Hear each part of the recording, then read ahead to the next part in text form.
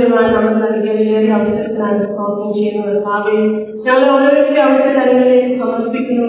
കർത്താവേ, കഴിഞ്ഞ ഒരാഴ്ചക്കാലാണ് ഞങ്ങളെ കാത്തുപരിപാലിച്ചതോ വരാവുന്ന അവസരങ്ങൾ നോക്കിയാണ് ഞങ്ങളെ വിളിച്ച് അവിടുത്തെ സന്നിധിയിലേക്ക് ആരാധിക്കുവാൻ ഞങ്ങളെ കൂട്ടിവരുത്തി അവിടുത്തെ വിശ്വസതയ്ക്കായിട്ട് ഞങ്ങളിലേക്ക് സ്തോത്രം ചെയ്യുന്നു. ഞങ്ങൾ അവിടുത്തെ തിരുസന്നിധിയിലായിരിക്കുമ്പോൾ കർത്താവേ, അവർ ഞങ്ങളോട് സംസാരിക്കുമാറാണെന്ന് പ്രാർത്ഥിക്കുന്നു. ഞങ്ങളുടെ ഹൃദയങ്ങളെ ഒക്കെ അവിടുന്ന് ഏകാഗ്രത നൽകുമാറാണെന്ന് പ്രാർത്ഥിക്കുന്നു. കർത്താവേ, അവിടുത്തെ ആത്മാർത്ഥത്തിൽ ആരാധിക്കുവാനും അവിടുത്തെ വചനം കേട്ടുകൊണ്ട് കർത്താവെ സന്തോഷത്തോടെ മടങ്ങിപ്പോകാൻ ഞങ്ങൾ സഹായിക്കുമാറാണെന്ന് പ്രാർത്ഥിക്കുന്നു. വഴിയെ സൂക്ഷ്മ മരണം നൽകുമാറാണെങ്കിലും മാനവോത്സവമേക്ക് സമർപ്പിക്കുന്നു. സർവേശ്വര നാമത്തിൽ അപേക്ഷിക്കുന്നു. നൽകുമാറാകട്ടെ.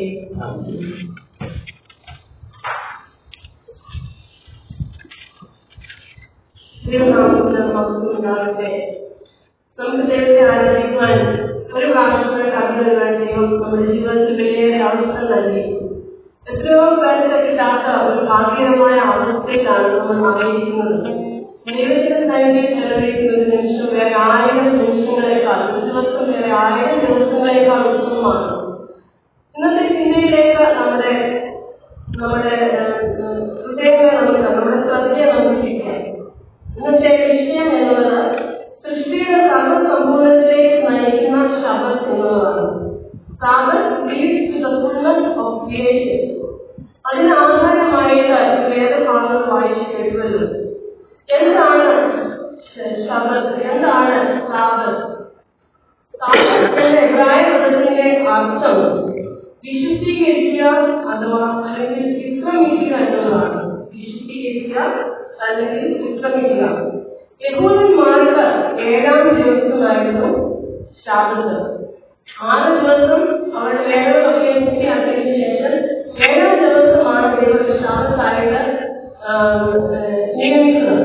എന്നാൽ ഈ നിയമത്തിൽ ക്രൈസ്തവ സമൂഹത്തിലാണ് ആഴ്ചവട്ടത്തിന്റെ 1ാം നാളാണ്. കാരണം യേശുക്രിസ്തു മരിച്ചു ഉയർത്തെഴുന്നേറ്റ ദിവസം ആഴ്ചവട്ടത്തിന്റെ 1ാം ദിവസമാണ്. അതുകൊണ്ടാണ് ഞായറാഴ്ച നാം ശബത്ത് ആചരിക്കുന്നത്. എന്താണ് ശബത്തോട് അർത്ഥമാക്കുന്നത്?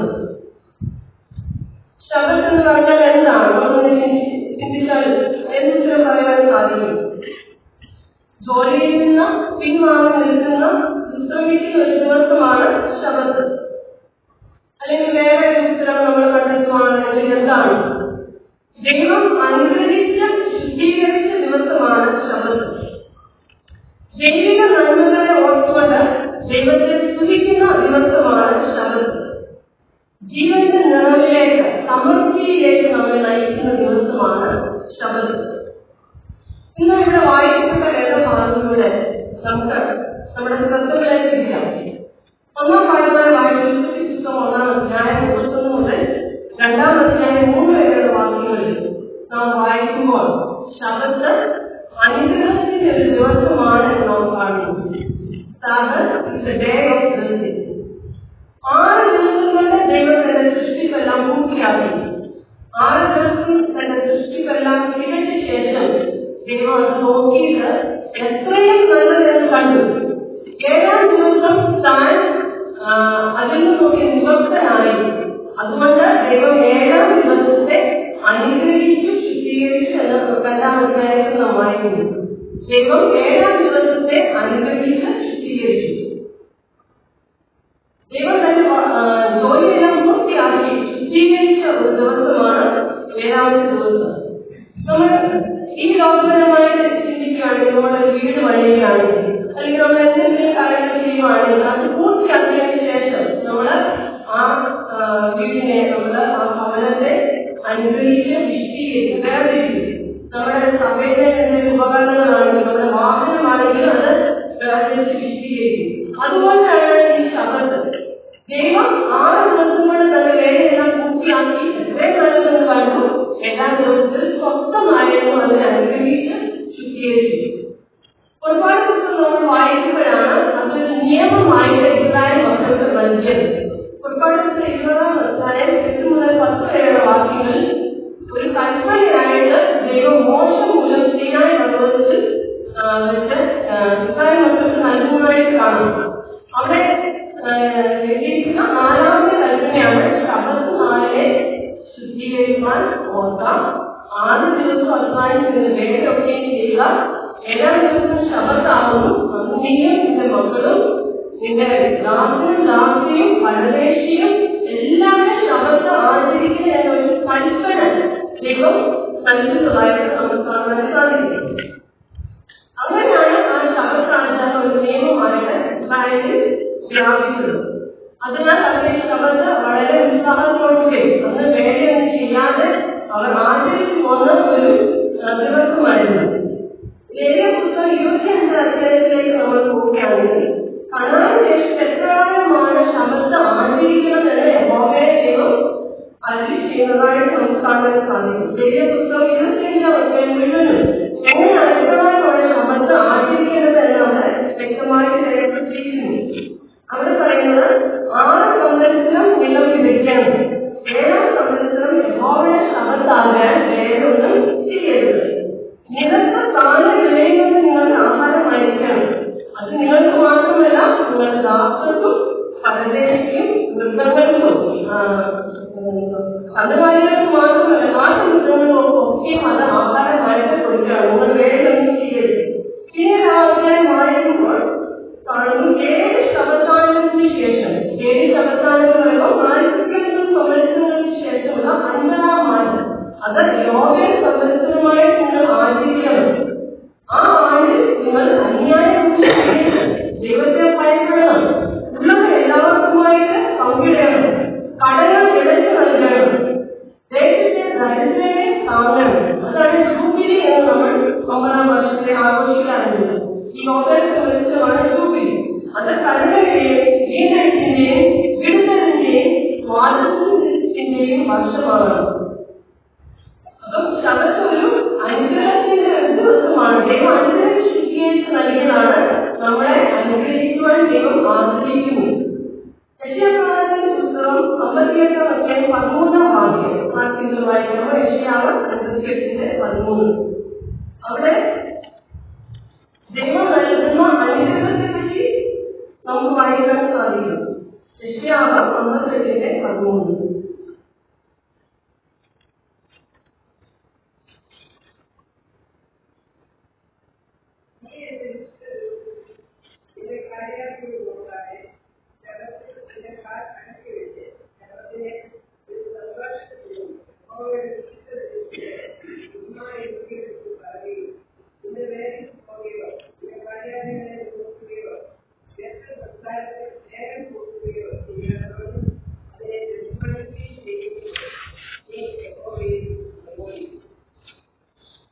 അവിടെ കാണുന്നത് നിന്റെ വിശുദ്ധ നിന്റെ കാര്യാലയം നോക്കാതെ ശബത്തിനെ ബഹുമാന യോഗ്യമെന്ന് എങ്ങനെയാണെങ്കിൽ നീ യഹോവയെ പ്രമോദിക്കും. ഞാൻ നിന്റെ ദേശത്തിലെ ഉന്നതങ്ങളിൽ വാഹനം വീഴ്ത്തി ഓടുമാറാക്കുകയും പിതാവായ യാക്കോബിന്റെ അവകാശം കൊണ്ട് നിന്നെ പോഷിപ്പിക്കുകയും ചെയ്യും എന്ന് ഇവിടെ വ്യക്തമായി രേഖപ്പെടുത്തിയിരിക്കുന്നു.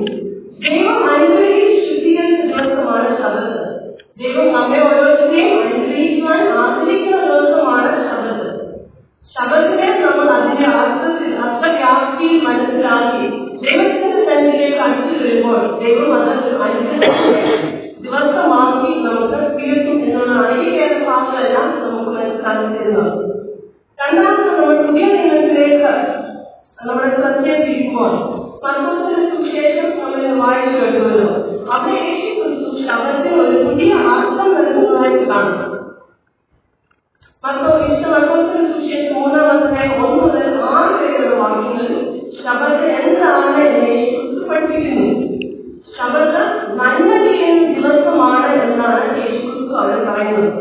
Sabbath is the day of good work. മർക്കോസിന്റെ സുവിശേഷം 3-ാം അധ്യായം നമ്മൾ വായിക്കുമ്പോൾ അവിടെ വരണ്ട യേശു ദേവാലയത്തിൽ പള്ളിയിലാണ് അവിടെ ആരാധന നടത്താൻ പോകുന്നു. പരീക്ഷന്മാര് ശാസ്ത്രിമാര് ധാരാളം ജനങ്ങളുണ്ട്. ആ കൂട്ടത്തിൽ വരണ്ട കയ്യിലുള്ള ഒരു മനുഷ്യനുണ്ട്. അപ്പോൾ പരീക്ഷന്മാർ യേശുവിനെ കുറ്റം ചുമത്തുവാൻ ഈ ശബത്ത് ദിവസം വേഗം ചെയ്യരുത് എന്നുള്ളതാണ് പ്രമാണം. ഈ മനുഷ്യനെ സൗഖ്യമാകുമോ എന്ന് നോക്കിക്കൊണ്ടിരുന്നു. യേശുവിനെ കുറ്റം ചുമത്തുവാൻ അവർ നോക്കിക്കൊണ്ടിരുന്നു. അപ്പോൾ യേശു അവരുടെ ഹൃദയവിചാരം അറിഞ്ഞിട്ട് ആ വരണ്ട കയ്യിലുള്ള മനുഷ്യനോട് പള്ളിയുടെ മധ്യത്തിൽ ഓഫീസിൽ വന്ന് നിൽക്കുവാൻ പറയുന്നു. എന്നിട്ട് പരീക്ഷന്മാരെ ചോദിക്കുന്നു, ശബത്തിൽ നന്മ ചെയ്യുകയോ തിന്മ ചെയ്യുകയോ ജീവനെ രക്ഷിക്കുകയോ കൊല്ലുകയോ ഏത് വിഹിതം എന്ന് ചോദിച്ചു. എന്നാൽ അവരോ ഉണ്ടായിരുന്നു. അവരുടെ ഹൃദയ കാഠിന്യം നിമിത്തം യേശുക്രിസ്തു അവരെ കോപിക്കുന്നതായി നമുക്ക് കാണുന്നത്. യേശുക്രിസ്തു കോപിക്കുന്ന വളരെ ചുരുക്കം ചില സന്ദർഭങ്ങളിലൊന്നാണിത്.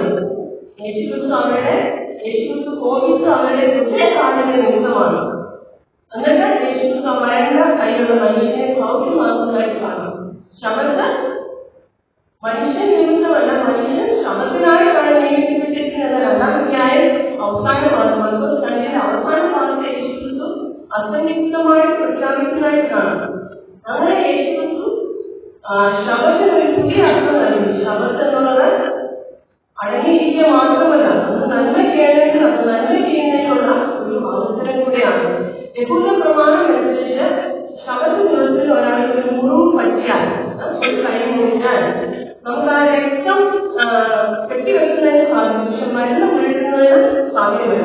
ആ രക്തം കൂടുതൽ പുറത്തു പോകാതെ തടയുന്നതിന് സാധിക്കുമെന്നാൽ നമ്മൾ മരുന്ന് മുഴുകുന്നതിന് സാധ്യമല്ല. എന്നാൽ രണ്ടാമത്തെ അവസാനം നമ്മൾ നോക്കുമ്പോൾ ശിഷ്യന്മാർ തുടങ്ങിയപ്പോൾ പരീക്ഷന്മാർ അതിനെപ്പറ്റി പറഞ്ഞപ്പോൾ യേശുക്രിസ്തു പറയുന്നു, ദാവീദും തനിക്ക് വീശുന്നപ്പോൾ അഭ്യാസാര മഹാപ്രഭുവിന്റെ സമയത്ത് ശാസ്ത്രത്തിലും അവിടെ ചെന്ന് കാഴ്ചയും കഴിക്കുകയോ എന്ന് ചോദിക്കുന്നു. അപ്പോൾ നിങ്ങളുടെ വേറൊരു കാലത്തായ നിങ്ങളുടെ കാലയെ കഴിച്ച് കിണറ്റിൽ നിങ്ങൾ എടുക്കുകയോ, പിന്നെ അതിനേക്കാളും ഉപരിയായിട്ട് മനുഷ്യനെ സ്നേഹിക്കുക, മനുഷ്യനെ തന്നെ ചെയ്യുക, അതിന്റെ ശബ്ദത്തിൽ ഏറ്റവും പ്രധാനപ്പെട്ട കാര്യം എന്ന് യേശുക്രിസ്തു ചോദിക്കുന്നു. ആ മനുഷ്യനെ സൗഖ്യമാക്കി. എന്നാൽ ഇതിലൊന്നും തൃപ്തരാകാതെ പരീക്ഷന്മാർ അവരെ കുറ്റം ചുമത്തി പിന്നെ ജനോചിതമായ യേശുവിനെ എങ്ങനെ കൊല്ലണം എന്ന ആലോചന കഴിക്കുന്നതായിട്ട് നമുക്ക് അതിനെ 6ാം ഭാഗത്തിൽ കാണാൻ കഴിയും. അപ്പോൾ യേശുക്രിസ്തു വരണ്ട കഴിയുന്ന മനുഷ്യന് ജീവനെ പ്രദാനം നൽകി. എന്നാൽ ഈ പരീക്ഷന്മാരും ശാസ്ത്രിമാരും അവരെന്താണ് ചെയ്യുന്നത്?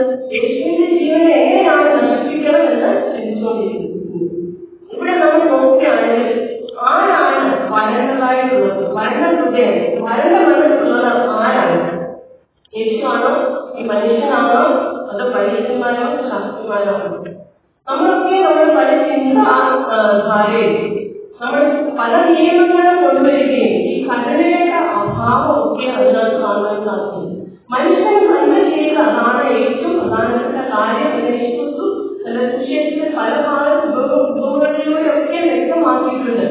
പ്രത്യേകിച്ച് നല്ല ശമരിയക്കാരന്റെ ഉപമയിൽ യേശുക്രിസ്തു അവരോട് ചോദിക്കുന്നു, ആരാണ് നല്ല കൂട്ടുകാരൻ?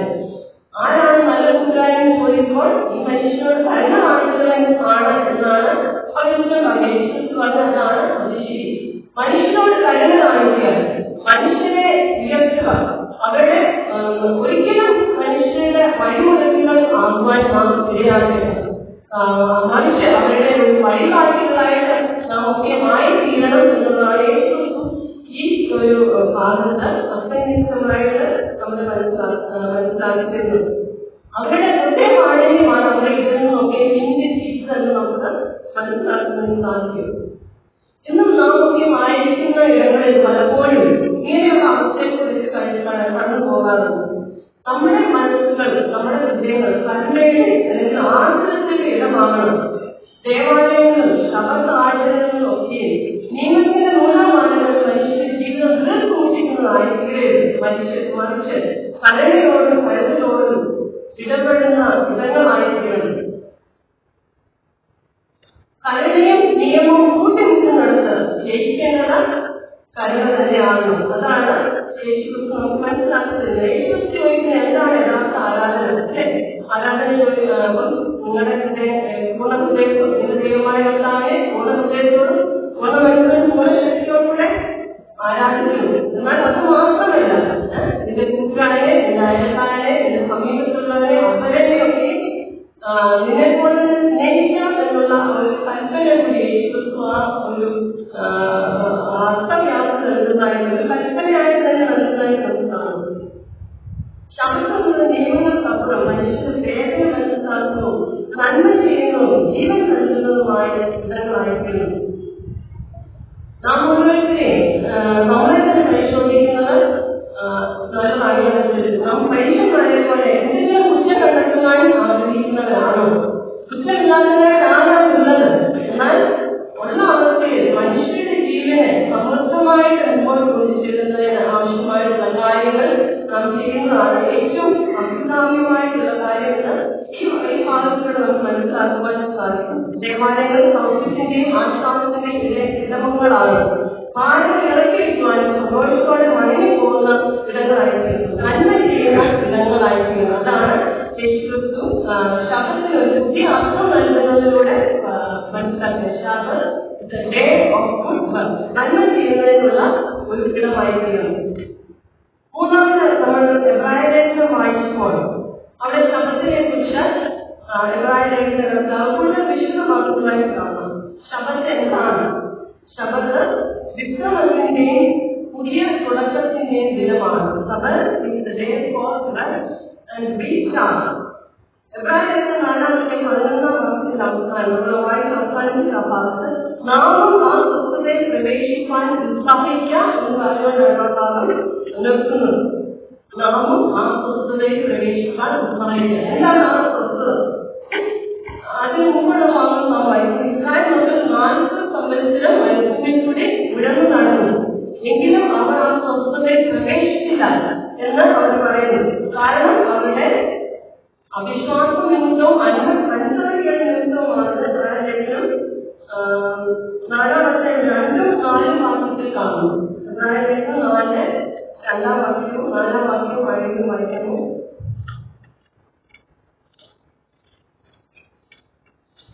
അതേപോലെ നാമം കേട്ടവരാകുന്നു.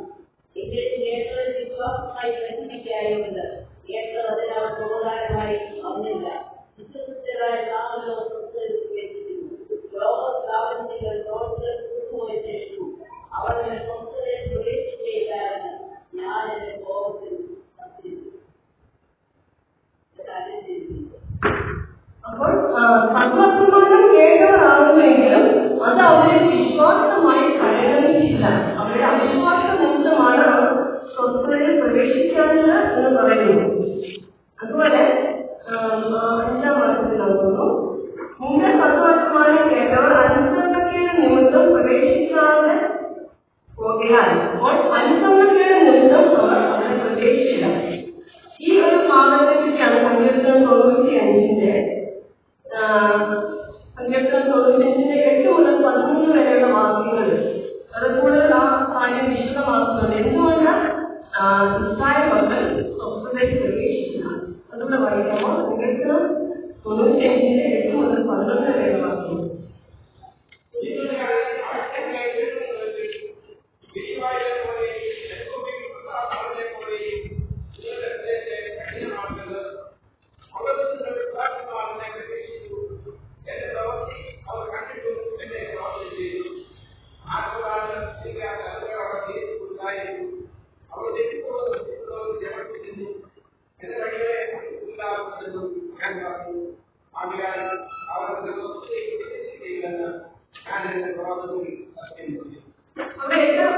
ഈ ഭാഗത്തിന്റെ 8-ാം വർഷത്തിൽ അവരുടെ സ്വസ്ഥതയിൽ പ്രവേശിക്കില്ല എന്ന് പറയുന്നു. കാരണം അവരുടെ അവിശ്വാസവും അനുസരണക്കേടുമായിരുന്നു.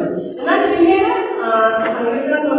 ഈ ഭാഗത്ത് പറയുന്നു, നിങ്ങൾ അവന്റെ ശബ്ദം കേൾക്കുന്നുവെങ്കിൽ എങ്ങനെയായിരിക്കരുത്? നിങ്ങളുടെ ഹൃദയത്തെ കഠിനമാക്കരുത്.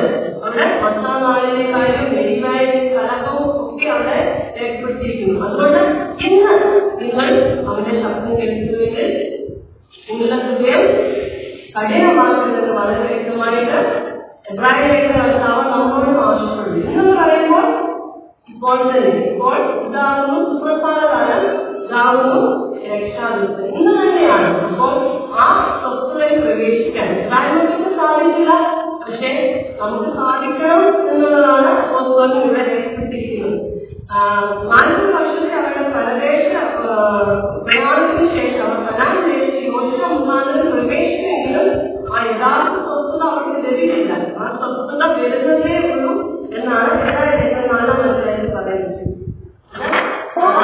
അവരുടെ വചനം ജാഗ്രതയോടെ കൈകൊണ്ട് ഹൃദയവാഹിനി ഇല്ലാതെ നമ്മൾ എത്രത്തോളം അനുസരണത്തോടുകൂടി ദൈവത്തോട് അടുത്ത് വരുന്നവർക്ക് സ്വസ്ഥത ദൈവം നൽകുന്നത്. ദൈവ സമൂഹത്തിൽ ശാപത്താഴ്ചവും ശേഷിച്ചിരിക്കുന്നു. അത് ജീവിതാവസ്ഥയുടെ വ്യക്തിയോടെ നിർണ്ണയിച്ചിരിക്കുന്നവർക്ക് ഉള്ളതാകുന്നു. ദൈവജനത്തിനൊരു ശാപത്താഴ്ചവും ശേഷിച്ചിരിക്കുന്നു. അതാണ് 11-ാം മാസത്തിൽ നാമും ആ സമൂഹത്തിൽ പ്രവേശിക്കാൻ അതിനാൽ ഉത്സാഹിക്കണം. സത്വർത്തമാനം കേട്ടവർ നമ്മളെ തന്നെ സൂക്ഷിക്കണം, ശ്രദ്ധയോടെ കേൾക്കണം. എങ്കിൽ മാത്രമേ ജാഗ്രതയോടെ നമുക്ക് ജീവിക്കുവാനും ആ ജീവകിരീടം പ്രാപിക്കുവാനും സാധ്യമുള്ളൂ. അപ്പോൾ എന്താണ് സ്വസ്ഥത എന്ന് പറയുന്നത്? അത് നമ്മൾ നിത്യതയിൽ ദൈവത്തോടുകൂടെ സമയം ചെലവഴിക്കുന്ന നിമിഷങ്ങളാണ് സ്വസ്ഥത നമുക്ക് ലഭിക്കുന്നത്. അതിനാൽ നമ്മൾ ആ സ്വസ്ഥതയ്ക്കായിട്ട് താമസിക്കണം. അതോടൊപ്പം നമ്മൾ വേല ചെയ്യണം. 6 ദിവസം വേല ചെയ്യുക, 7-ാം ദിവസം സ്വസ്ഥമായിരിക്കും. അതായത് നമുക്ക് നമുക്കൊരു ജീവിതകാലം വരെ വേല ചെയ്യണം. അതിനുശേഷം സ്വസ്ഥത. എല്ലാ ദിവസത്തിലെയും രാത്രി നമുക്ക് സ്വസ്ഥതയ്ക്കുള്ളൊരു സമയമുണ്ട്. 6 ദിവസത്തിന്റെ അവസാനം എല്ലാ ദിവസവും നമുക്ക് സ്വസ്ഥതയ്ക്കുള്ള അവസരമുണ്ട്. നമ്മുടെ ജീവിതത്തിന്റെ അവസാന കാലത്ത് സ്വസ്ഥതയ്ക്കുണ്ട്. ആ നിത്യ സ്വസ്ഥതയിലേക്ക് പ്രവേശിക്കാൻ നാം ഓരോരുത്തരും ഉത്സാഹിക്കണം. അതുകൊണ്ട് ചിത്രവും ആവശ്യമുണ്ടോ? ചിത്രവും ആവശ്യമുണ്ട്. ചിത്രമില്ലാതെ ജോലി ചെയ്യണം എന്ന് ദൈവം ഒരിക്കലും എവിടെയും പറഞ്ഞിട്ടില്ല. ചിത്രവും നമുക്ക് ആവശ്യമാണ്. എന്തിനാണ് ചിത്രവും ആവശ്യം? നമുക്കൊരു പുതിയ തുടക്കത്തോടുകൂടി പുതുതായിട്ട് കാര്യങ്ങൾ ആരംഭിക്കുക. നമ്മുടെ ജീവിതത്തിൽ പല സന്ദർഭങ്ങളിൽ നമ്മൾ തളർന്നു പോകാറുണ്ട്, നിരാശരാകാറുണ്ട്. ആ സമയത്ത് എന്ത് ചെയ്യണം? നമ്മളെ തന്നെ ചോദന ചെയ്യാൻ അടുത്ത സമയം ഇരിക്കാൻ നന്നായിട്ട് ശ്രമിക്കുക. പുതിയ ദിവസം പുതിയൊരു തുടക്കം. അതാണ് നമ്മുടെ ഇലക്ട്രോണിക് ഉപകരണങ്ങൾ, മൊബൈൽ ആവട്ടെ, കമ്പ്യൂട്ടർ ആവട്ടെ, അതിലെന്തെങ്കിലും ചർച്ച ആയാലും സമരാവസ്ഥയിലായാൽ അല്ലെങ്കിൽ ന്യായമായാൽ നമ്മളൊരു കടയിലേക്ക് നോക്കിച്ചിട്ടുണ്ടെങ്കിൽ എന്താണ് അപ്പോൾ നമ്മൾ പറയുന്നത്? മൊബൈൽ ഉപയോഗിക്കുന്നവർക്കറിയാം, switch it off completely restart again. അപ്പോൾ അത് പൂർണ്ണമായിട്ട് നിശ്ചലമാകണം. ആ സമയത്ത് അത് സ്റ്റോപ്പാക്കുമ്പോൾ ഒരു നോട്ടിഫിക്കേഷൻ ഇല്ല, ഒന്നുമില്ല. പിന്നെ അത് റീസ്റ്റാർട്ട് ചെയ്യണം. അതുപോലെ ആയിരിക്കും നമ്മുടെ ജീവിതം. നമ്മുടെ ജീവിതത്തിന്റെ അനുഭവങ്ങളിലൊക്കെ നമ്മൾ നിരാശരായിരിക്കുകയോ ആത്മഹത്യ ചെയ്യുകയോ ഒന്നുമല്ല. നമ്മളൊന്ന് ചിന്തിക്കും, സ്റ്റോപ്പ് ആൻഡ് റീസ്റ്റാർട്ട് അഗെയിൻ. പുതിയൊരു തുടക്കത്തിലേക്ക് നമ്മളെ തന്നെ നമ്മുടെ ജീവിതങ്ങളെ ക്രമീകരിക്കുമ്പോൾ അത് ഏറ്റവും അനുഗ്രഹകരമായിരിക്കും. അങ്ങനെയാണ് ദൈവം നമ്മളെ വിളിക്കുമ്പോൾ ദൈവം നമുക്ക് നൽകിയ ജീവിതം അവസാനം വരെ നന്നായിട്ട് വേറെ ചെയ്യുക, റെസ്റ്റ് ചെയ്യുക, പിന്നെ പുതിയൊരു തുടക്കത്തിലേക്ക് നമ്മളെ തന്നെ ദൈവകരങ്ങളിലേക്ക് സമർപ്പിച്ചുകൊണ്ട് ആ ഒരു ജീവിത അനുഭവത്തിലേക്ക് ആയിരിക്കാൻ ദൈവം നമ്മളെ ഓരോരുത്തരും സഹായിക്കട്ടെ. അതാണ് 4-ാം അധ്യായത്തിന്റെ ഭാഗത്ത് എഴുതാൻ നമുക്ക് ഓരോരുത്തരും ഒരു ശബ്ദാനുഭവമുണ്ട്. അത് നിത്യസ്വസ്ഥത. ആ ദൈവം തന്റെ പ്രവർത്തികളിൽ നിമഗ്നനായി, യേശുക്രിസ്തു തന്റെ പ്രവർത്തികളിൽ നിമഗ്നനായി, അതുപോലെ നാം നിമഗ്നനാവണം. ആ ഒരു സ്വസ്ഥതയ്ക്കായി നിങ്ങൾക്ക് ആവശ്യിക്കണം എന്നാണ് കർത്താവ് പറയുന്നത്. ഇന്ന് വായിച്ച സങ്കീർത്തന ഭാഗം 24-ാം സങ്കീർത്തനത്തില് ചോദിക്കുന്ന സങ്കീർത്തനക്കാർ ചോദിക്കുന്നത് യഹോവയുടെ ഭവനത്തിൽ ആർക്കായിരുന്നു, വിശുദ്ധ സ്ഥലത്ത് ആർക്കും. രണ്ടാമത് വെളുപ്പുള്ള കയ്യിൽ നിർമ്മലഹൃദയമുള്ളവർ, രാജ്യത്തെ മനസ്സിലാതെ കള്ളസത്യം ചെയ്യാതെ ചെയ്യുന്നവർ, ഇങ്ങനെയുള്ള യഹോവയുടെ അനുഗ്രഹം പ്രാപിക്കും എന്നാണ് അവിടെ പറയുന്നത്. നമ്മുടെ ജീവിതങ്ങളെ ക്രമീകരിച്ചുകൊണ്ട് ഈ ലോക ജീവിതം നമുക്ക് മുമ്പോട്ട് നയിക്കാം. ഇന്ന് നാം ചിന്തിച്ച വിഷയം എന്നുള്ളത് സൃഷ്ടിയുടെ സർവസമ്പൂർണതയിലേക്ക് നയിക്കുന്ന ശബ്ദങ്ങളാണ്. മൂന്ന് കാര്യങ്ങളാണ് പ്രധാനമായിട്ട് നാം ചിന്തിച്ചത് ശബ്ദത്തിന്റെ അതുമായിട്ട് ബന്ധപ്പെട്ടത്. ഒന്ന്, ശബത്ത് is A day of blessing, അനുഗ്രഹത്തിന്റെ ദിവസമാണ് ശബത്ത്. ഉൽപ്പത്തി പുസ്തകം 1-ന്റെ അവസാനമുള്ള അധ്യായത്തിൽ നമുക്ക് കാണുന്നത് ദൈവം അനുഗ്രഹിച്ച് ശുദ്ധീകരിച്ച ദിവസമാണ്. രണ്ടാമത്, ശബത്ത് is A day of good work, നന്മ ചെയ്യുന്ന അവസരങ്ങളാകും ശബത്ത്. അതാണ് പുതിയ അർത്ഥം മർക്കോസിന്റെ സുവിശേഷത്തിൽ നമുക്ക് നൽകുന്നത്. ശബത്തിൽ നന്മ ചെയ്യുകയോ തിന്മ ചെയ്യുകയോ, ആ നന്മ ചെയ്യുന്ന ആണ് വിഹിതം, അല്ലെങ്കിൽ ജീവനെ രക്ഷിക്കുന്ന ആണ് വിഹിതം, ജീവനെ സമർപ്പിലേക്ക് നയിക്കുന്ന ആണ് ജീവിതം എന്ന് യേശുക്രിസ്തു അതിനെ വ്യക്തമായി പ്രഖ്യാപിക്കുന്നു. യോഹന്നാന്റെ സുവിശേഷം 10-ാം അധ്യായത്തിലെ ഞാൻ നിങ്ങൾക്ക് സമർത്ഥമായ ജീവൻ നൽകുന്നതിനായി ലോകത്തിലേക്ക് കടന്നു വന്ന് എന്നൊക്കെ അവിടെ രേഖപ്പെടുത്തിയിരിക്കുന്നു. 3-ാമതായിട്ട് നമ്മൾ ചിന്തിച്ചു നമുക്ക് റെസ്റ്റ് ആവശ്യമാണ്, വിശ്രാമം ആവശ്യമാണ്, സ്വസ്ഥത ആവശ്യമാണ്. പക്ഷെ നിത്യ സ്വസ്ഥതയിൽ പ്രവേശിക്കുന്നത് വരെ നമ്മുടെ ജീവിതങ്ങൾ ക്രമീകരിച്ച് മുമ്പോട്ട് പോകുവാൻ നമ്മെ ഓരോരുത്തരെയും ദൈവം സഹായിക്കട്ടെ. ദൈവം നമ്മളെ കുറിച്ച് ആഗ്രഹിക്കുന്ന ദൈവത്തിന്റെ വേദനകളൊക്കെ പൂർത്തിയാക്കുവാൻ നമ്മളെ സഹായിക്കട്ടെ എന്ന് പ്രാർത്ഥിച്ചുകൊണ്ട് ഉപസംഹരിക്കുന്നു. ദൈവം